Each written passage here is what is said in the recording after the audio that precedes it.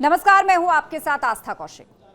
प्रधानमंत्री मोदी इन दिनों वक्फ संशोधन बिल को लेकर लगातार कांग्रेस को घेर रहे हैं। हरियाणा के हिसार में बोलते हुए पीएम ने कहा कि कांग्रेस ने हमेशा मुसलमानों को नुकसान पहुंचाया है। उन्होंने सिर्फ कुछ कट्टरपंथियों को ही खुश करने की कोशिश की है, जबकि बाकी का समाज बेहाल रहा, अशिक्षित रहा और गरीब रहा है। कांग्रेस की गलत नीतियों का सबसे बड़ा उदाहरण वक्फ कानून है। ये तमाम आरोप प्रधानमंत्री मोदी ने आज कांग्रेस पर लगाए। पीएम मोदी ने कहा कि कांग्रेस की नीयत कभी किसी का भला करने की नहीं रही, मुसलमानों का भी भला करने की नहीं रही। यही कांग्रेस की असली सच्चाई है।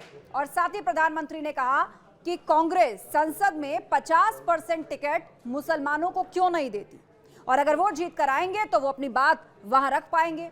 लेकिन कांग्रेस ऐसा नहीं करेगी, और अगर उन्हें मुसलमानों की इतनी ही चिंता है तो वो किसी मुसलमान को अपनी पार्टी का अध्यक्ष क्यों नहीं बनाते। यह बड़ा सवाल आज प्रधानमंत्री मोदी ने कांग्रेस पर दागा है। वोट बैंक की राजनीति के लिए 2013 के आखिर में, आखिरी सत्र में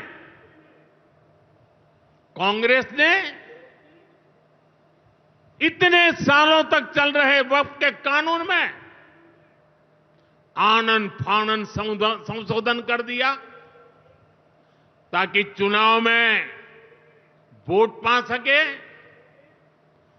वोट बैंक को खुश करने के लिए इस कानून को ऐसा बना दिया कि बाबा साहब आंबेडकर के संविधान की ऐसी की तैसी कांग्रेस पार्टी अपने पार्टी के अध्यक्ष मुसलमान को बनाए। क्यों नहीं बनाते भाई? संसद में टिकट देते हैं, 50% मुसलमानों को दो। जीत करके आएंगे तो अपनी बात बताएंगे। लेकिन ये नहीं करना है। कांग्रेस में तो कुछ नहीं देना है।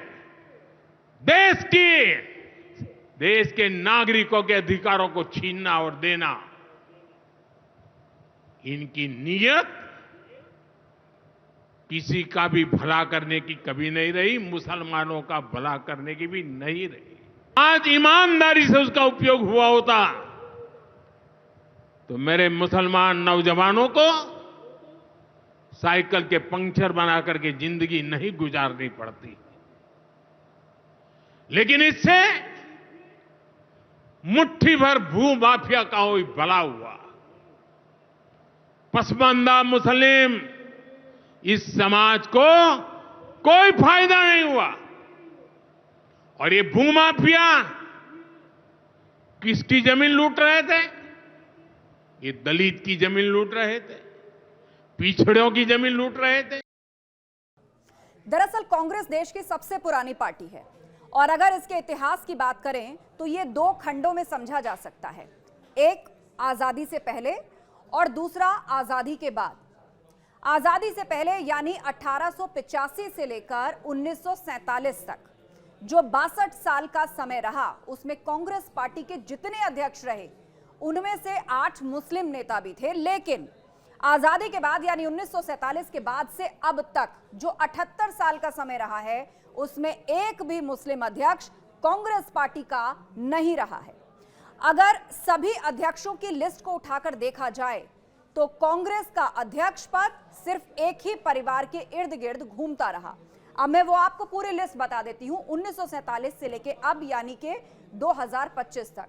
सबसे पहले बात करते हैं पंडित जवाहरलाल नेहरू की, जो 3 बार कांग्रेस के अध्यक्ष रहे 1951 से 1954 तक।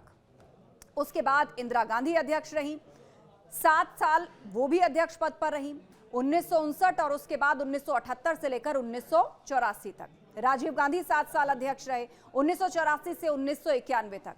सोनिया गांधी 19 साल तक लगातार कांग्रेस की अध्यक्ष रही, 1998 से लेकर 2017 तक। राहुल गांधी 2 बार अध्यक्ष पद की कमान संभाल चुके हैं 2017 से 2019 तक, और उसके बाद फिर सोनिया गांधी 2 बार कांग्रेस की अध्यक्ष रही, यानी कि 2019 से लेकर 2022 लगातार 2 साल, यानी कुल मिलाकर 41 साल तक एक ही परिवार का अध्यक्ष कांग्रेस पार्टी का बना रहा। या ये कह लीजिए कि एक ही पार्टी मतलब एक ही परिवार का दबदबा अध्यक्ष पद को लेकर इस पार्टी पर बना रहा। वोट बैंक की राजनीति के लिए 2013 के आखिर में, आखिरी सत्र में कांग्रेस ने इतने सालों तक चल रहे वक्फ के कानून में आनन फानन संशोधन कर दिया ताकि चुनाव में वोट पा सके। वोट बैंक को खुश करने के लिए इस कानून को ऐसा बना दिया कि बाबा साहब आंबेडकर के संविधान की ऐसी की तैसी कांग्रेस पार्टी अपने पार्टी के अध्यक्ष मुसलमान को बनाए। क्यों नहीं बनाते भाई? संसद में टिकट देते हैं, 50% मुसलमानों को दो। जीत करके आएंगे तो अपनी बात बताएंगे, लेकिन ये नहीं करना है। कांग्रेस में तो कुछ नहीं देना है।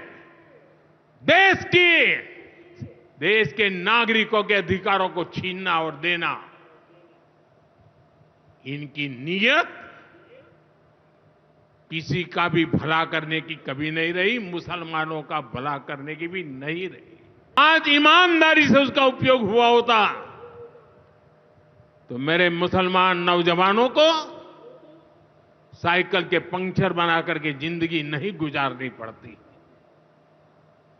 लेकिन इससे मुट्ठी भर भू माफिया का कोई भला हुआ।